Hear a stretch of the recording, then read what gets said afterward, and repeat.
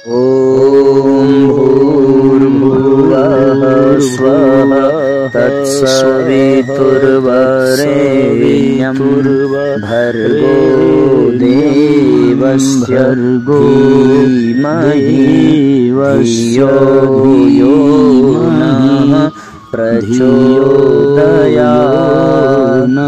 ॐ सद्गुरुचरणकमलेभ्यो नमः। भगवतीं देवीं श्रीरामं च जगद्गुरुं पादपद्मे तयोः वंदे भगवतीं देवीं श्रीरामं च जगद्गुरुं परम पूज्य गुरुदेव परमदनिया माता जी के दिव्य संरक्षण में विराजमान ऑनलाइन दैनिक स्वाध्याय के आज के इस कार्यक्रम में आप सबका बहुत बहुत स्वागत है। माता जी के दिव्य संरक्षण में विराजमान आज के सत्र का ऑनलाइन दैनिक स्वाध्याय के आज के इस कार्यक्रम में आप सभी आत्मीय बंधुओं का बहुत बहुत पढ़ रहे थे स्वागत, बहुत बहुत अभिनंदन है। किस तरीके से आइए समाज में आज के सत्र का हम लोग समाज के लोगों के साथ रहते हुए ऑनलाइन परिस्थितियों और दूसरों के व्यवहार के साथ तालमेल बिठाकर अपनी मानसिक शांति को बनाए रखना है, समाधान मानसिक उद्विग्नता से ऊपर विषय पर हम लोग चर्चा कर इन सारी रहे हैं, बातों पर हम लोगों ने जिसके अंतर्गत हम लोगों ने बहुत ही महत्वपूर्ण उसी क्रम को आगे बढ़ाते हुए चर्चा की हम है। लोग चर्चा को आगे बढ़ावें और साथियों मानसिक समस्या, शारीरिक समस्या, आर्थिक समस्या, ये सूत्र इन सबको किस प्रकार लोग इससे लाभान्वित हो सके। सूत्रों के माध्यम से कई सारे सूत्र मानसिक उद्विग्नता से बचने के लिए हम लोगों ने पाए हैं। सुंदर इन पंक्तियों सूत्र और उसी क्रम में एक बार आप सबको याद दिला दें। पहला सूत्र क्या था? माध्यम से संतोष। अब आइए संतोष आज देखते हैं कि अपनी तुलना बहुत अमीर से नहीं करनी है। ये चौथी समस्या जब कहने लगे कि हम बहुत गरीब हैं, पहली कौन संकट से घिरे हैं, शारीरिक समस्या, तो अपनी तुलना दूसरा अपने से नीचे से करना, संकट, ये संतोष की प्रवृत्ति, आर्थिक संकट, मानसिक शांति प्रदान करती है। पारिवारिक विग्रह। हम लोगों ने एक और सूत्र पाया चौथी था समस्या कि जीवन में सदा कष्ट कठिनाइयाँ ये हम लोग सबके पास आई हैं, और आप तो हम ही अब ऐसे जीवन की कामना क्यों करें जिसमें कोई कष्ट न हो, कोई कठिनाई न हो, कोई परेशानी न हो। संदेश को पहुंचाने का प्रयास करें। यदि जीवन में कष्ट आता भी है तो उसे शेयर करें, जीवन सब लोग लाइक करें, सद्गुणों का आधार मानना चाहिए, जिसके कष्ट कठिनाइयाँ ही हमें बहुत सारी शिक्षा और प्रेरणा प्रदान करती हैं। लाभ को चौथी बात पूज्य गुरुदेव के विचारों को हम लोगों ने पहुंचाएं। ये भी देखा कि दूसरों का व्यवहार प्रारंभ करते हैं आज के सत्र को। हमारे लिए कष्ट का कारण बनती हैं। चौथी समस्या पारिवारिक को दोष देते हैं, गृह कलह से लोग अशांत पाए जाते हैं। ऐसी स्थिति में ऐसे परिवार थोड़े से ही मिलेंगे जिनमें स्नेह, सौजन्य, सद्भाव, सहयोग के वातावरण हमारे मन में उनके प्रति हमेशा छोटे छोटे घरों में स्वर्गीय हर्षोल्लास का जीवन कि वो उस परिस्थिति में जितना कर सकते थे उन्होंने किया। बाहर से एक दिखते हुए भी मनोमालिन्य, असहयोग, उपेक्षा, आपाधापी की स्थिति बनी रहती है। ये छोटी छोटी और अनुशासनहीनता में इतना गहरा प्रभाव डालती है। इन कारणों से परिवार संस्था नष्ट भ्रष्ट होती चली जा रही है, समाप्त हो जाती है। अब आइए हम लोग आगे के सूत्रों को देखें। उपेक्षा, अवज्ञा, धन का बहुत मनोमालिन्य हो जाए तो साथ ही अनुशासनहीनता, उस क्रम में भी हमारा क्या परिवार को नष्ट करने वाले इसकी हम लोग चर्चा। परिवार संस्था के महत्व को भुला दिए जाने के कारण ही पारिवारिक समस्याएं उत्पन्न होती हैं। कोई भी व्यक्ति ऐसा नहीं जो आज परिवार की आर्थिक आवश्यकताएं पूरी करना समय पर यह भली बुरी परिस्थितियां दबती और उभरती अच्छा खिला दिया, बढ़िया पहना दिया, शिक्षा और मनोरंजन के साधन जुटा दिए। इनमें से इतने मात्र से ही पारिवारिक उत्तरदायित्व पूरे हुए यही विचार करना बुद्धिमत्ता का परिवार के सदस्यों की बाहरी आवश्यकताएं सुविधा पूर्वक पूरी होती दूसरे के अपकारों को उनमें ऐसा अभ्यास पड़ जाता है जीवन नरक में दुखों से भर जाएगा। असुविधा होते ही विग्रह पैदा करने लगते हैं। चित्त में जब परिवार को धर्मशाला और होटल से अधिक कुछ बनाने की चेष्टा ही नहीं की जाती, तो रहने खाने में कोई भी असुविधा होते हुए कला को स्मरण किया जाए, अस्वाभाविक होगा कि भले ही थोड़े अभाव आज परिवार और उनकी तुलना में परिवार का उद्देश्य और महत्व समझना चाहिए। दुर्भाग्य की अपेक्षा समाज और व्यक्ति के बीच की कड़ी परिवार अधिक उपलब्ध है। यही वह खदान है जिसका वातावरण सुसंस्कृत बना रहे, उसमें नर रत्न निकलते रहेंगे तथा अपना गौरव और समाज का वर्चस्व बढ़ाते रहेंगे। यह भी न भूल जाना परिवार घटकों का समूह ही समाज सदुपयोग किया जाए। स्कूली शिक्षा से जानकारी भर यदि हम सीख जाएं, गुण कर्म स्वभाव के आधार पर बनने वाला चरित्र तो उसका परिवार की पाठशाला में ही जो कुछ प्राप्त है इसी व्यायामशाला में अभ्यास करके व्यक्तित्व ढालने की प्रक्रिया संपन्न हुआ है। यदि उसे अधिक शिक्षित, अधिक सुयोग्य बनाया जाए और उसके स्वभाव तथा गुणों का अपने कार्यक्रमों में ठीक प्रकार उपयोग किया जाए, आज परिवार की आर्थिक आवश्यकता पूरी करने भर का ध्यान रखा जाता है। का बोझ जैसी मालूम पड़ती है, पढ़ाई और शादी के साधन लाभदायक प्रतीत होने लगेगी। उत्तराधिकारियों के लिए जितनी आजीविका आज अपने को प्राप्त इतने भर से पारिवारिक उत्तरदायित्वों की तीसरी समझ ली गई। पूर्वक ऐसी योजना बनाई जाए तो ये कि हुआ कि प्रत्येक पैसे से अधिकाधिक लाभ उठाया जा सके। मात्र है, तो ये आज की थोड़ी आवश्यकताओं के आनंद और सुविधाओं में का अनेक गुनी वृद्धि कर सकती है। इसके विपरीत यदि अपना दृष्टिकोण अस्त व्यस्त है तो बड़ी मात्रा में सुख साधन उपलब्ध होते हुए भी कुछ लाभ न पहुंचा मनुष्य मशीन तो नहीं है, जी के जंजाल उसके भीतर जीवन और चेतना भी है और उलझने ही उत्पन्न का पनपना और सुखी जीवन की आकांक्षा भावना और सत्प्रवृत्तियों का उचित और स्वाभाविक ही संभव हो सकता है, पर उसकी उपलब्धि तभी संभव है साधन जब हम जुटाए जा सके। तो गरीबी में रहते हुए भी किसी परिवार के सदस्य नैष्ठिक नागरिकों की सुधरा हुआ दृष्टिकोण स्वल्प साधनों और कठिन परिस्थितियों में भी शांति और संतोष को कायम परिवार के सृजन और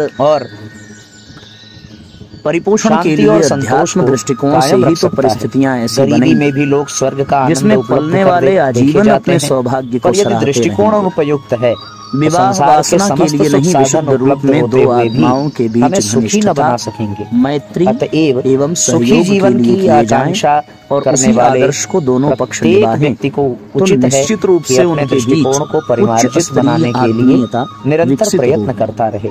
वे दोनों हर स्थिति में संतुष्ट रहें, मानसिक संतुलन की दृष्टि से परिष्कार की प्रेरणा देता हुए पूरे परिवार को जा सके तो मनुष्य जीवन में शोक ऐसे लोग संतान उत्पादन के लिए लालायित नहीं हो सकते। समाधान हो सकता है, समझेंगे कि घर के बड़ों की सेवा बराबर वालों की सेवा से संभव नहीं हो सकता। बराबर वालों का सहयोग और छोटों को अनुदान देने की जिम्मेदारियां दूसरी उससे भी बड़ी दिखाई देती है और अभाव असंतोष के तो लोग हैं बना रहता है। बराबर के यदि साधन छोटे जुटा देने भर से सुख बड़े लोग जो हैं उनको प्राप्त करना संभव रहा होता तो सभी साधन बराबर के लोग जो हैं उनका सहयोग कर पाए जाते और छोटे जो अभावग्रस्त लोगों की अपेक्षा अनुदान देना और भी अधिक विक्षुब्ध पाए जाते हैं। पूर्ति के लिए ही जब पर्याप्त धन और समय नहीं है, जब कभी अनावश्यक अतिथियों की घुसपैठ प्रसन्नता बनाए होने दी जाए, रहने का उपाय खोजेगी। आधुनिक वातावरण में पनप रहे परिवारों में आए दिन खींचतान, आपाधापी, द्वेष, दुर्भाव का विकृत वातावरण बना रहता है। कितनी महत्वपूर्ण इस घुटन में जो भी रहते पलते हैं दुर्बुद्धि ग्रसित होते जाते हैं, जिसके अंतर्गत हम यदि इस स्थिति को बदला जा सके कि वास्तव में पाठशाला में सद्भावना और सत्प्रवृत्तियों के आधार पर समस्याओं का कार्य व्यवहार का ढांचा खड़ा किया जा सके तो घर का हर व्यक्ति नित्य नियमित रूप से श्रमशीलता, शिक्षता, मधुरता, मितव्ययिता, सहकारिता, सेवा, सहायता, ईमानदारी, कर्तव्य परायणता जैसे सद्गुणों को अपनाता और पनपाता चला जाएगा। क्षमा, परिवार की नर्सरी में ठीक तरह उगाया गया पौधा जिस बगीचे में भी लगेगा, श्रमशीलता वहीं फूलेगा, फलेगा हमारे भीतर अपने सुंदर हमारा जीवन और त्यों अध्यात्म को लदा हुआ श्रेष्ठ वातावरण अपने जीवन में धारण करता जाएगा और हम सब अध्यात्मवादी बनते परिवारों का सृजन और संचालन यदि आध्यात्मिक दृष्टिकोण अपना कर किया जाए जीवन में धारण करना, तो उसमें सद्भावना हिलोरें ले रही होंगी। अब हम लोग सत्परंपराएं की ओर चलते हैं। अगली समस्या है सहने वाले, आर्थिक कठिनाई, पलने वाले, शारीरिक समस्या हम लोगों ने देखी, कर रहे हो, मानसिक समस्या देखी, किंतु यदि वासना के लिए समस्या पर विचार करें, संतान लाभ समस्या में अध्यात्म कैसे उपयोगी है, अहंकार का आधिपत्य चरितार्थ किया जा रहा होगा तो हर घर में नारकीय आर्थिक कठिनाइयों के अंतर्गत पूज्य गुरुदेव लिखते हैं घुटने जैसी शारीरिक अस्वस्थता और मानसिक उद्विग्नता की समस्याओं पर विचार करने के उपरांत आइए अब आर्थिक समस्या पर विचार करें। इस भौतिक हर किसी के सामने मुहबाए खड़ी है। देशों में ऐसे लोग कोई बिरले ही मिलेंगे जो अपने को आर्थिक दृष्टि से संतुष्ट कह वासना के लिए हर व्यक्ति अपने इस अभाव को दूर करने के लिए बहुत चिंतित दिखाई पड़ता है। बिछुड़ते हैं, बहुत हाथ पैर मारने पर भी बात उतनी नहीं बनती कि हम लोगों को आज का सहचार तो कल तक भी इच्छा है सकेगा या नहीं। इसे दरिद्रता का व्यापक संकट कहा जा सकता है। इस समस्या पर भी विचार किया जाना चाहिए और उसका स्थिर समाधान खोजा जाना चाहिए। और पति पहले ये विचार करना होगा कि धन आखिर है क्या। कोई उन तथा मानवीय बल और बुद्धि बल का विभिन्न प्रयोजन में प्रयोग करने से जो उपलब्धियां प्राप्त होती हैं उन्हें संपत्ति कहा जा सकता है। और संतान धन की सही परिभाषा यही है अर्थशास्त्र का आरंभ यहीं से होता है। संयुक्त परिवारों का लॉटरी, ब्याज, उत्तराधिकार, गड़ा खजाना आदि के रूप में बिना श्रम की संपत्ति कई लोग प्राप्त कर लेते हैं, पर उसे अपवाद कहना चाहिए। आज भी समस्त इस प्रकार की संपदा के प्रति औचित्य की मान्यता बदली जानी चाहिए, सोचा जा रहा है, अन्यथा विडंबना बनी रहेगी। आज नहीं तो कल वो दिन आकर ही रहेगा जब अर्थशास्त्र का शुद्ध अध्यात्म सम्मत सिद्धांत ही सर्वमान्य होगा। महत्वपूर्ण बातें हैं, बिल्कुल। शारीरिक और मानसिक श्रम का उचित मूल्य ही लोग धन के रूप में जब प्राप्त कर सकेंगे। अपनी संतान अधिक धन उपार्जित करके संतान को सुख साधन प्राप्त करने की इच्छा हो और अपनी शारीरिक श्रम क्षमता और मानसिक दक्षता विश्वास बढ़ाई जानी चाहिए। तो फिर वो दृष्टि से वो परिवार जो जितना आगे बढ़ेगा वो उतना अधिक प्राप्त करेगा। भारत की अपना दुर्भाग्य और अपनी विशेषता है, श्रम से जी चुराने की प्रवृत्ति संसार की आशा और आराम तल्ली से समय गुजारना सोचा जा रहा है कि श्रम की अप्रतिष्ठा पुनर्जीवित हमारा सामाजिक दोष है और समाज का विकास। आरामखोरों को बड़ा आदमी एवं भाग्यवान कहा जाता है। परिस्थितियां श्रमजीवी अभागे और अछूत माने जाते हैं। ये प्रवृत्ति बदली जानी चाहिए। संपन्नता को खरीदने के लिए श्रम क्षमता संस्था को नवजीवन मिल सके तो वो अपने शरीर की तरह ही मस्तिष्क भी उपार्जन का साधन है। को अपनी शिक्षा, शिल्प, कला, कौशल, व्यवहारिक मधुरता आदि वरिष्ठताओं के सहारे अधिक धन कमाया जा सकता है। विज्ञान के नाम लक्ष्मी पूजन जैसे किसी आकस्मिक संयोग से धन प्राप्त करने की बात सोचते हैं और चाहते हैं कि अकर्मण्यता, अदक्षता जहाँ गहराई बनी रहे, आलस्य प्रमाद में कमी न समावेश करना और प्रचुर मात्रा में धन ऐसे ही आसमान से को आदर्शवादिता की प्रयोगशाला, अनात्मवादी मान्यता ही अर्थ समस्या का मूल कारण बन जाती है। आध्यात्मिक दृष्टिकोण संपन्नता का औचित्यपूर्ण मार्ग सुझाया जाता है। ऐसे अधिक परिश्रम के लिए उत्साह उत्पन्न करना चाहिए, जिसके सहारे परिवार के चोरी और काम चोरी को भी नैतिक अपराधों की श्रेणी में गिनना चाहिए। एवं आदर्श दक्षता बढ़ाने के लिए अधिक सोचने, अधिक जानने और अधिक सुयोग्य बनने के लिए सदैव सचेत रहना चाहिए। उपयोगी हो बढ़ी हुई दक्षता की कीमत पर निश्चय ही अधिक धन प्राप्त किया जा सके स्मरण रहे और उससे उचित सुख सुविधा का उपयोग किया जा सके। आर्थिक प्रगति का यही राजमार्ग उच्च शिक्षा दिला छोड़कर सस्ते में सरलता पूर्वक बहुत जल्दी अधिक धन प्राप्त करने की साधन जुटा देने प्रकारांतर से अनैतिक और अपराधी प्रवृत्तियां अपनाने के लिए अग्रसर होना न हो सका। श्रम से जी चुराना, बैठे ठाले अमीर बनने की आकांक्षा व्यक्तिगत रूप से अनीति के मार्ग पर धकेलती है समृद्ध बन जाने और समाज में भी वैसी ही दुष्प्रवृत्तियों को प्रोत्साहन देती है। सदा यदि बिना श्रम किए संपदा कमाई और इकट्ठी की गई तो उसका स्रोत अनैतिक और अवांछनीय ही हो सकता है। चोरी, जुआ, सट्टा, भ्रष्टाचार, मुनाफाखोरी आदि स्वयं चैन से रहते हैं और न जिसमें बिना श्रम के लाभ उठाने की भावना काम रहने देते हैं। एक व्यक्ति स्वयं इस प्रकार संपन्न हो जाता है गिराते हैं तो समाज में दूसरे लोग उसे बढ़ाकर स्वयं भी संपन्न होने की इच्छा रखने ही कर ले और बिना मेहनत के अमीर बनने के लिए अनैतिक उपाय बना दिया। वस्तुतः ऐसे उत्पादन पर किसी की आत्मा चोरी, गर्व अनुभव नहीं कर सकती। परिवार तो वही धन्य है मिलावट जिसमें से श्रेष्ठ परंपराओं का निर्वाह कर सकने वाले चरित्रवान आदर्शवादी नररत्नों का कर्ताओं की यही प्रवृत्ति काम ऐसे सुसंस्कृत परिवार की बिना उचित वही बन सकते हैं एवं जिनमें आध्यात्मिक स्वल्प काल में अधिक धन कमा लिया जाए। इसकी उपेक्षा की जाती लोग मिलावट कम ये सोचना व्यर्थ है कि भारत के प्राचीन आदर्शों की मूर्तिमान प्रयोगशाला के रूप में स्वर्गीय उल्लास की करने की स्थिति करने वाले ये गंभीरतापूर्वक मंदिरों के रूप में हमें अपने परिवारों में विकसित कर सकने का सर्वनाश प्राप्त हो सके। उसकी प्रामाणिकता और प्रतिष्ठा नष्ट करने संस्था के अस्पृश्य यदि संक्रामक रोग से ग्रसित की तरह उसे घृणास्पद बना देती है। संस्था को यदि सच्चे अर्थों में जीवित रखना जीवन यापन करने वाला मनुष्य अमीर भले ही हो जाए पर उसका व्यक्तित्व दिन दिन पतन के गर्त में गिरता जाएगा। आत्म प्रताड़ना उसे जर्जर बना देती है। अपनी नजर में गिरा हुआ मनुष्य किसी अन्य की नजर में ऊंचा नहीं उठ सकता।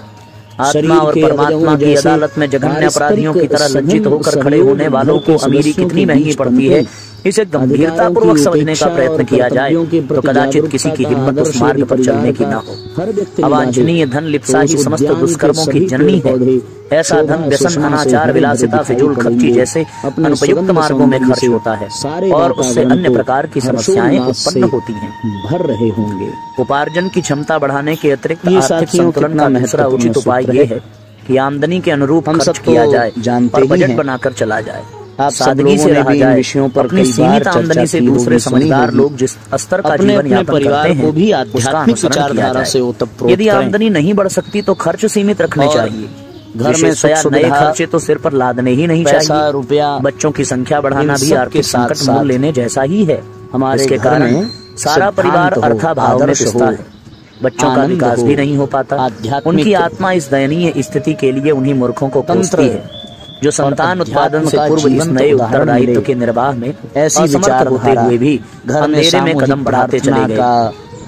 आध्यात्मिक सिद्धांत के अनुसार परिवार में क्रियाशीलता बढ़ाकर भी संकट की चिंता से बचा जा सकता है। एक कमाए सब खाएं की परंपरा अपने घरों में चल रही है, तो फिर इसे छोड़कर छोटे गृह उद्योगों की व्यवस्था करें, हर घर में की जा सकती है और खाली समय में कुछ कमा लेने का अनुदान लौटाने, तो ऐसे रास्ते सहज ही निकल सकते हैं जिससे आजीविका में वृद्धि की जा सके। बातों को किंतु ये आय नहीं बढ़ सकती। हम अपने खर्च सीमित रहने चाहिए। धरती का विशेषतया नए खर्च तो सिर पर लादने ही नहीं चाहिए। उसका ऋण लेने की आदत भी तभी पड़ती है जब आमदनी से अधिक खर्च बढ़ जाए। अब आपत्तिकाल में या किसी व्यावसायिक प्रयोजन के लिए ऋण लेना अगला जो विषय है साथियों, किंतु खर्च बढ़ा लेना आत्मिक और उन्हें ऋण लेकर पूरा करना, इस विषय पर ऐसा विवेक हम लोगों को जिसका दुष्परिणाम एक दिन दिवालिया बन जाने, बेईमान कहलाने और तिरस्कार सहने के रूप में ही सामने आता है।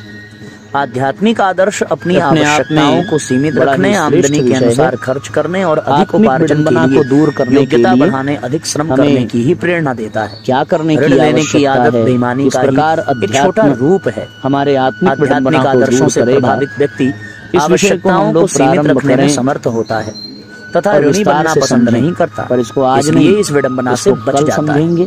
अपने देश में सामाजिक कुरीतियां पारिवारिक संकट उत्पन्न करने का बहुत बड़ा कारण है। विवाह शादियों में होने वाले अपव्यय कुरीतियों में सर्वप्रथम हम अपने घर चलन, सुंदर बना मृतक भोज, धर्माडंबर की आड़ में कुपात्रों से जेब कटाते रहना, आप सब लोग जैसी अनेक मूर्खताएं अपने समाज में प्रचलित हैं, जिनके कारण असाधारण रूप से धन की बर्बादी होती है और कई लोगों को दरिद्र एवं बेईमान बनना पड़ता है। सभी कुप्रथाएं भी ऐसी ही हैं जिनको चौधरी बच्चों की लोक चर्चा की परवाह किए बिना एक ही झटके में उखाड़ फेंकना चाहिए। 15-20 मिनट विवेकवान तथा आत्मबल संपन्न व्यक्ति ही कर सकते हैं। अविवेकी लोग ऊंचे रास्ते चलना कर धनी बनना चाहते हैं, जुड़ेंगे किंतु अनाचार जुड़ करके एक दिन प्रकट होकर ही रहेगा। इसलिए ग्राहकों के असहयोग का संकट उस उपार्जन को ठप करके रख देता है। कामचोर और बेईमान कर्मचारी कभी उन्नति नहीं कर सकते। सबका ईमानदारी की नीति पर चलते हुए ही हर व्यक्ति प्रामाणिक बन सकता है। अपने श्रम एवं उत्पादन का प्रामाणिकता के आधार पर अधिक मूल्य पा सकता है एवं अधिक सम्मान भी। अर्थ क्षेत्र में श्रमनिष्ठा, मनोयोग पूर्वक कार्य संलग्नता, ईमानदारी, प्रामाणिकता, सादगी, मितव्ययिता, ये सभी गुण अध्यात्म आदर्शों के अनुरूप हैं। इन्हें अपनाए बिना अर्थ संकट से बचे रहने का, अर्थ उपार्जन और संतुलन का और कोई मार्ग नहीं। साथियों, सबका अनीति की कमाई का आकर्षण और मूर्खतापूर्ण अपव्यय की आदत ही अर्थ भूर्भुवः स्वः तत्सवितुर्वरेण्यं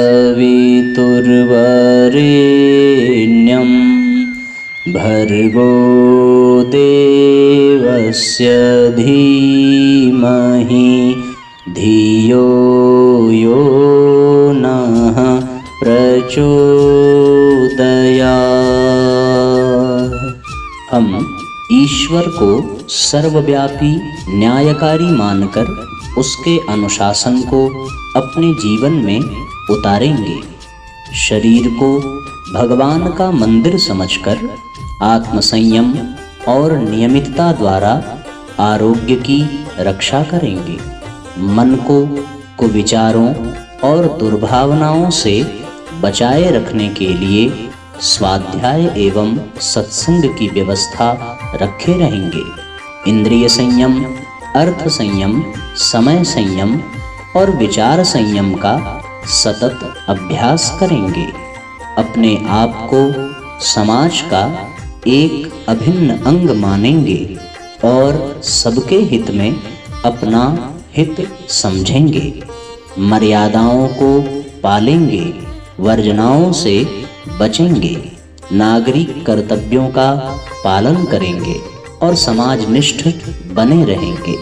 समझदारी, ईमानदारी, जिम्मेदारी और बहादुरी को जीवन का एक अविच्छिन्न अंग मानेंगे।